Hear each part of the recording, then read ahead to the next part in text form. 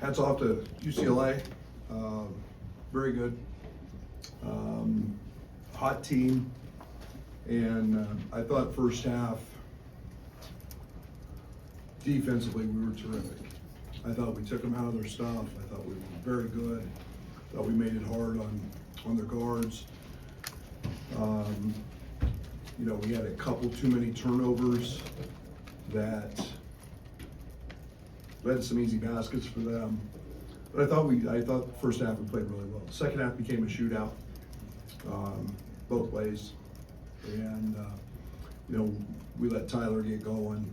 Terrific shooter, terrific pick and pop threat. But, excuse me. But it seemed like every time he hit one, we bounced back with him. And obviously, at the end of the game, I think they hit 10 of their last 11 or 9 of their last 10. You're just praying almost for one person. I thought a couple of them were pretty well guarded. We were trying to switch some of those. We were just a little late. You want a guy like that, especially when he's heated up. But good Big Ten basketball game, great win. And excited to come out here with a W and move on to the next. Team that's won 6 or 7 in a row, and it's nice to get that one. When he got hot from three, what were you trying to do defensively? We call it a tilt. The building's loud, so it's communication based, and I think we're just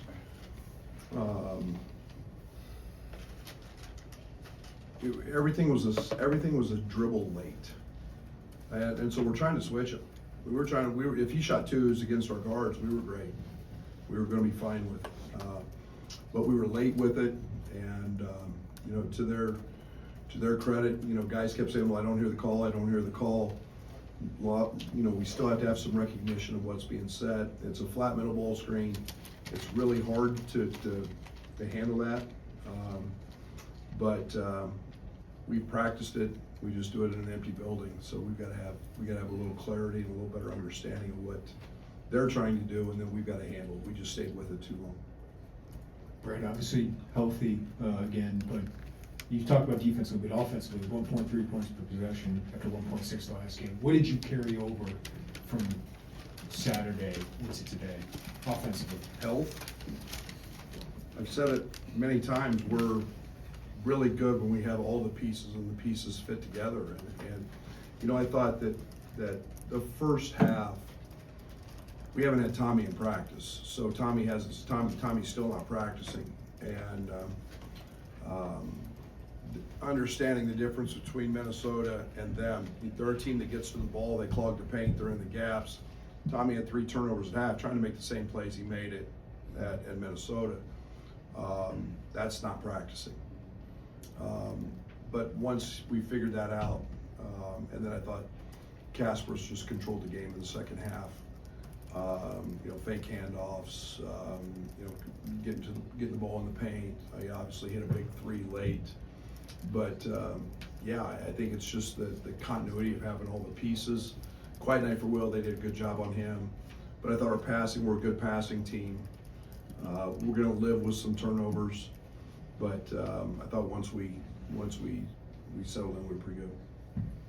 Nobody on the injury report today, but Traden plays. He's still dealing with some lingering illness. Yeah, it's just getting back in a flow. There's nothing to that. It's just getting back in the flow. You know, we've been at a really busy stretch, so there hasn't been a ton of practice. He did practice yesterday. I told him after the game, we're going to need you. We got an off day tomorrow, and then we get a couple days. So, you know, we'll keep working at that. And you know, I thought Jake was terrific, and again, you know, Draven was starting, and now all of a sudden gets sick, and you know, that thing zapped you. So, yeah, we'll slowly get those guys working back in. Coach Underwood, I know that you hate losing, although you cannot learn a lot from losses. My question is, How does winning that close make you feel, and what do you learn from a win that close? I don't worry about wins. I treat them like any other game, but it's more the margin doesn't concern me as much as how we play. I think that we're a process-driven group, and it's how do we play in the process? What do we have to learn? We've obviously got to clean up a late game situation, switch, but it's challenging against a good team that's well coached, sometimes with really good players, and they've got them. Brad, is closing that one out, the process of playing 24 games, like, do you think, just given the youth and the newness of this team, that would have been a game in November? You closed out, is there growth there, I guess? Oh, absolutely. We made plays. We made a lot of plays. And, you made free throws. You made a play on the free throw, the one we did miss. We made some shots. We made a mistake or two on the offensive side, but we weren't making those early. And like I said, our growth is in our chemistry and our togetherness. We've had a hard month with not being able to put it all together, but it's quicker to pick up now because we've had time together before. So just putting all pieces together. Coach, a big shot by KJ coming out of the timeout there in the last minute. Was that what was drawn up? And is he the kind of guy like an IO and a Terrence Shannon that you just kind of give him the ball in those situations? Yeah, it's not the first one he's made this year. It'll be the last. He's pretty much, that guy. Put the ball in his hands, make a play. And it was trying to get to a matchup that we liked. Go make a play. And we talked about if you got the ability to drive it downhill against one of their bigs, 2-foot jump stop, get fouled, 90% free throw shooter, and/or he steps up and makes a big three. You talked at Minnesota about maybe leaning on your older guys that had played college basketball before, and that was tough because they hadn't played here. But like just what Ben and Kylan are doing maybe the last couple of games is maybe not the leading scorer, but what have they added? Everything. They're our glue. The job Kylan did in the second half today was tremendous on both ends. Ben's turned into a really, really good Big Ten player, and big threes and big shots, and now we're able to play some booty ball with them. He's rebounding the ball when he didn't early. It's hard for those guys. Newness is hard, and when you've been in a system that changes and the expectation's different, and the caliber of competition is different. It's not easy, and those guys have done yeoman's work, Trey included, yeoman's work in terms of Jake, the progress he's made, just in terms of getting us to this point. They've been great. Coach, 50-50 balls for UCLA on tape is just something that they do a really good job of, but your guards tonight rebounded very well. Just want to get your thoughts. So you take Tommy away from the rim and Merez away from the rim some because of the way they play. Guards got to go rebound. Guards are quicker, they're stronger, and they've got to go rebound the basketball. Mixed teams play as hard as anybody in the country. And they have won every 50-50 ball in the last 5 or 6 games. And I watched all of them. They get every ball. I thought it was a huge key tonight to try to come up with those. We're a good rebounding team, obviously. We won that battle, but it was, it felt like very much had to be a guard rebound game. Anytime you pull Tommy away from the rim and Merez away from the rim with Daly and Tyler. Tommy's ankle's obviously still swollen. You said he hasn't really been practicing. Are you surprised with how well he's playing through this? No, he's very mature. He's very cerebral. He's very smart. He's spent a lot of film time. And he's obviously just tougher than nails. So, no, to be honest, no. I know what we are without him, and I know what we are with him, and him at 80% is pretty good. Brad, you talk about how much you pay attention to the net. Usually you only get a handful of quad one opportunities at home. How important is a game like this, and obviously you get another one on Saturday, in terms of just piecing it together and turning in the right direction? Again, and I'll say this, over and over again. There's a reason we schedule the way we schedule. We're not playing a lot of, we're gonna play those teams. And you hope like crazy that the committee rewards that. You know you're gonna get dinged, you know you're gonna get beat, and that's the reality of playing really high competition and great teams. Look who that team's beat. I mean, UCLA. And then when you get into league, you know most of them are gonna be quad 1 and quad 2. This league's terrific. So, I mean, I think we have 1 quad 2 left. I think all the rest are quad 1, if I'm not mistaken. And that's why, you know, in a 20-game league schedule with the imbalance that you have, the net's really important. And you hope the committee recognizes some of that. You hope they recognize the fact we played 5 games without one of our 2 best players in most cases. So you're gonna get beat. The opportunities are there. Tonight was one. We got another one on Saturday. So we just take them as they come. Brad, is there something specific you like about Ben at the 3? And is there something that has opened him up on either end of the floor? Being able to play there? Yeah, I like our rebounding. I like Merez on the floor. In matchups, I think it's maybe not quite as physical for him. I think we can do some things with him and Merez based on matchups. You know, I think we can slide Dre back in. I think we can slide, you know, Draven in. You know, however we need to do that. More based on lineups and matchups that favor us. But he's playing into booty ball now, so I like the matchups when he gets a guard on him. You know, we played really big at Minnesota with Will sliding to the 2. You know, played a lot there.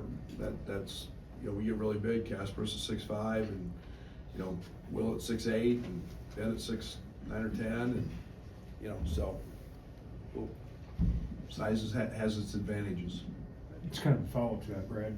What did you guys see that, you know, the rotation always changes and evolves and kind of whittles down when you get to this time of year? What did you see in that top 7 specifically that you guys wanted to try this out and keep with it? Yeah, I don't want to make it too big a deal, but it's shooting.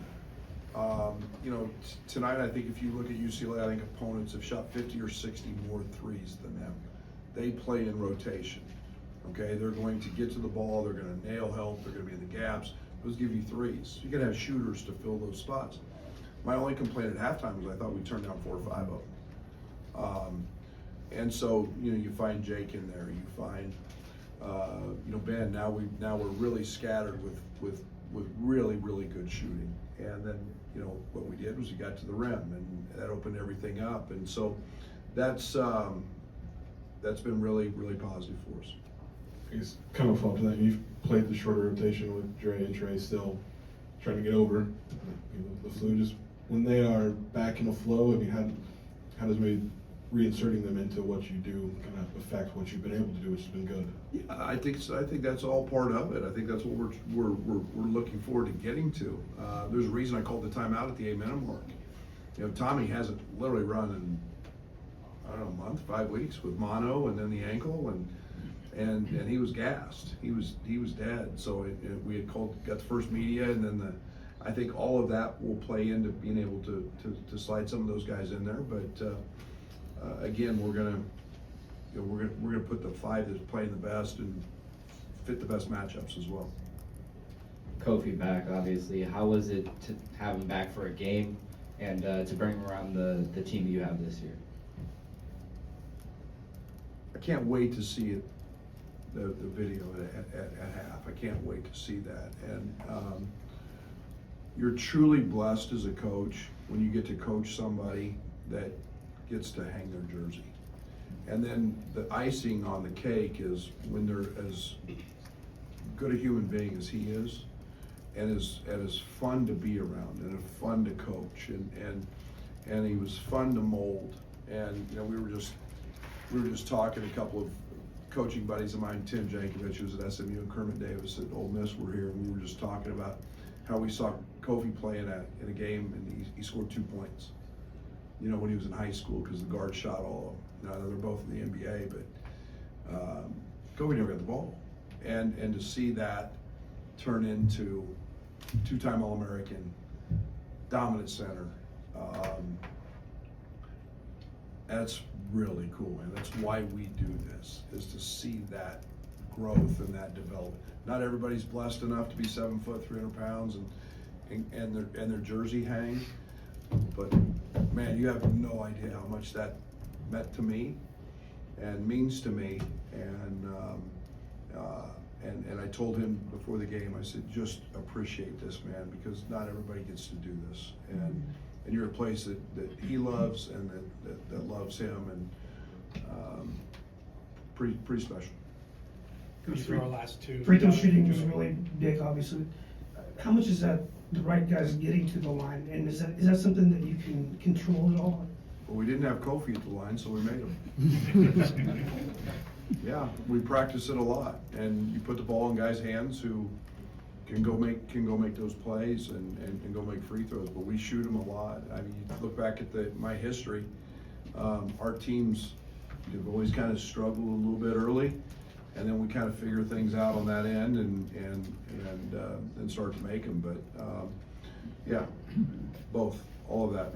Joey, you'll finish that. I'm curious how you look at the turnovers tonight, knowing UCLA forces them in bunches and knowing that that's just kind of part of having what you have offensively. I wasn't.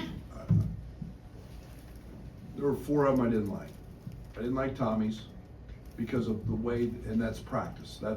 We told them they get to the ball, but when you don't practice it and see it, and so that was challenging for me. And then we're gonna live with some of KJ's. I thought the one he made late was a bad play. Ben didn't finish his cut. Right read, just maybe not the right time to make that play. But we need KJ trying to make plays. And sometimes the defense is gonna be good, and sometimes it's the right read, and we don't, but that's our chemistry. We still have to keep, the guy's gotta know when KJ's got the ball that he's gonna look to dime him up. Okay. Thank you.